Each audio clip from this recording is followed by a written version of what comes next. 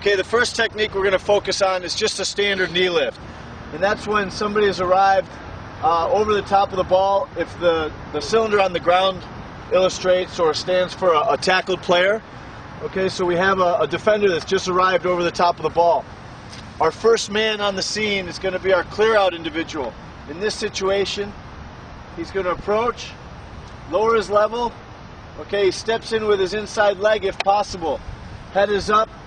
Okay, lifts the outside leg, hips come in, and drives the man away. Action. Okay, the second technique we're going to focus on is the saddle roll. The saddle roll is when a ball or a defender has already beaten us to the ball, and they may be over the top of the ball, just about ready to poach or beginning to poach the ball.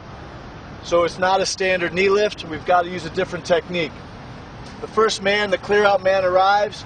It's important that we get low. We've got to get shoulder to shoulder first. We always want to lower our body height when we approach the tackle contest. If we're unable to clear him away with that first technique and drive him straight backwards and he stays strong over the ball, we then lock our hands on the sternum and roll to the side we approach from. There's a couple key points that we need to make on this. If you can zoom in. Okay. When the defender's here and we come to lock over the chest, okay, we need to lock here on the sternum, tight on the rib cage, okay, and hands on the sternum. We don't want to come down here on the body because this is soft and the torso rotates and there won't be as much tension when we go to roll the thread away. We've got to stay up here, lock tight, and cinch that into your chest with a tight motion and then aggressively roll away. Okay, now the third technique is the body sack or the body clear.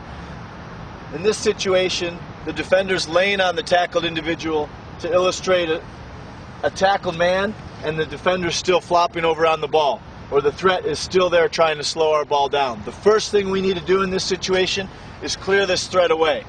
Again, as in the other techniques, it's very, very important that as we approach, we get our body height low. Okay, in this technique, we're going to approach the defender. We're going to put our left shoulder towards the collarbone and crick of the head in this situation. Okay?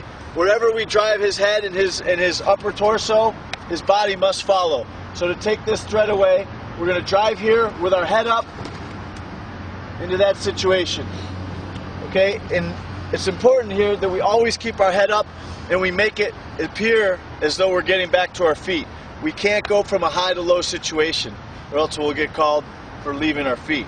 Okay, you need to come into this situation with your head up at a flat back level, and when you hit, work to get back to your feet to that situation.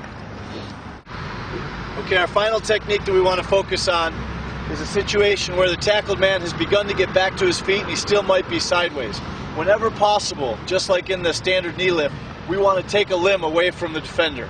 Okay, in this situation, our offensive clear out man approaches, hits, head up, and lifts the leg and drives through. Okay, do it again with your head above. Again, the defender's getting back to his feet. Clear out man arrives, hold there. That's good. Lifts the leg, drives him. In all of these, it's important to remember, at the point of contact, you've got to be low and you've got to be strong. Once we make that point of contact or that initial hit, our legs need to get busy and we need to clear that individual away from our ball.